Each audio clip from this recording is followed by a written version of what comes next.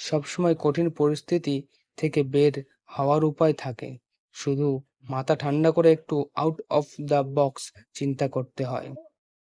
নমস্কার বন্ধুরা, চলে এসেছি আজকে নতুন একটা গল্প নিয়ে।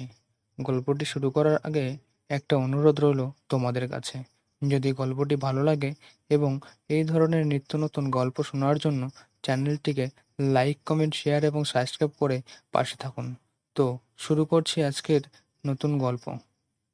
Think out of the box, বিভিন্নভাবে ভাবুন।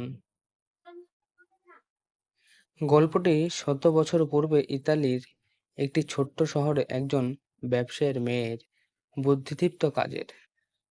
একজন বৃদ্ধ ব্যবসায়ী তার ব্যবসার জন্য শহরের একজন রক্তচোষা মহাজনের থেকে কিছু টাকা ঋণ নিয়েছিলেন, কিন্তু কয়েকবার টানা লোকসান হওয়ায় এবং মহাজনের সুদের টাকা চক্রবৃদ্ধি হারে বেড়ে যাওয়ায় ব্যবসায়ীর জন্য টাকা পরিশোধ করা কঠিন হয়ে যায়। সে সময় মতো টাকা পরিশোধ করতে পারছিল না। এমন সময় মহাজন বলল, সে এক শর্তে সকল কাজ মাফ করে দেবে। যদি ব্যবসায়ী তার মেয়েকে মহাজনের সাথে বিয়ে দেয়। মহাজন মানুষ হিসেবে ভালো ছিল না, তাই এই ব্যবসায়ের প্রস্তাবটি পছন্দ হয়নি।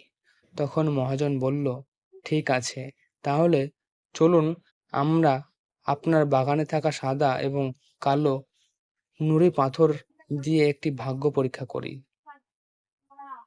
আমি এই বাগানে পাথরের রাস্তা থেকে একটি সাদা এবং একটি কালো পাথর নিয়ে একটি ব্যাগে রাখব। সেখানে থেকে আপনার মেয়ে একটি পাথর তুলবে। যদি সে কালো পাথরটি তোলে তবে সে আমাকে বিয়ে করবে এবং আপনার সব ঋণ আমি ছেড়ে দেব। এবং সে যদি সাদা পাথরটি তোলে, সেক্ষেত্রে আমি আপনার ঋণ মুকুব করে দিব, কিন্তু আপনার মেয়ের আমাকে বিয়ে করতে হবে না। এমন সময় মহাজন যখন বাগানের রাস্তাটি থেকে নুড়ি পাথর থলেতে রাখার জন্য তুলছিল, তখন মেয়েটি দেখে ফেলে যে মহাজন একটি সাদা এবং একটি কালো পাথরের বদলে দুটি কালো পাথর নিয়ে ব্যাগে রেখেছিল। এই অবস্থায় মেয়েটির সামনে তিনটি পথ ছিল। ১ নাম্বার, ব্যাগ থেকে পাথর বাছাই করতে অস্বীকার করা। ২ নাম্বার, ব্যাগ থেকে উভয় নুড়ি পাথর বের করে নিয়ে মহাজনের ষড়যন্ত্র প্রকাশ করে ফেলা। ৩ নাম্বার, ব্যাগ দুটি কালো পাথর আছে জেনেও একটি পাথর তুলে বাবার স্বাধীনতার জন্য নিজেকে উৎসর্গ করা।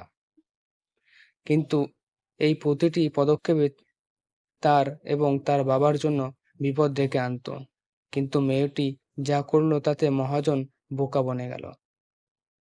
মেয়েটি ব্যাগ থেকে একটি পাথর বের করে সেটি দেখার আগে অজ্ঞাতবশত হাত থেকে পাথরে রাস্তায় ফেলে দিল এবং এমন ভান করল যে পাথরটি দুর্ঘটনাক্রমে নিচে পড়ে গেছে এবং রংটি দেখার সুযোগও দেয়নি। সে মহাজনকে বলল যে, দেখুন তো কি বোকার মতো কাজ করলাম। পাথরের রং দেখার আগেই হাত থেকে পড়ে গেল। আমি কি রং এর পাথরটি তুলেছিলাম যাচাই করতে ব্যাগটি চেক করুন। ব্যাগে যেহেতু ২টি কালো পাথর ছিল, তাই মহাজনের শর্ত মোতাবেক পড়ে যাওয়া পাথরটি সাদা হওয়ার কথা ভাবতেই মেয়েটি এবং তার বাবা মহাজনের ছলচাতুরি থেকে রেহাই পেল। গল্পের নৈতিক শিক্ষা: সবসময় কঠিন পরিস্থিতি থেকে বের হওয়ার উপায় থাকে। শুধু মাথা ঠান্ডা করে একটু আউট অফ দ্য বক্স চিন্তা করতে হয়। আমাদের যে অপশনগুলো দেওয়া হয়েছে এর বাইরেও অপশন থাকতে পারে।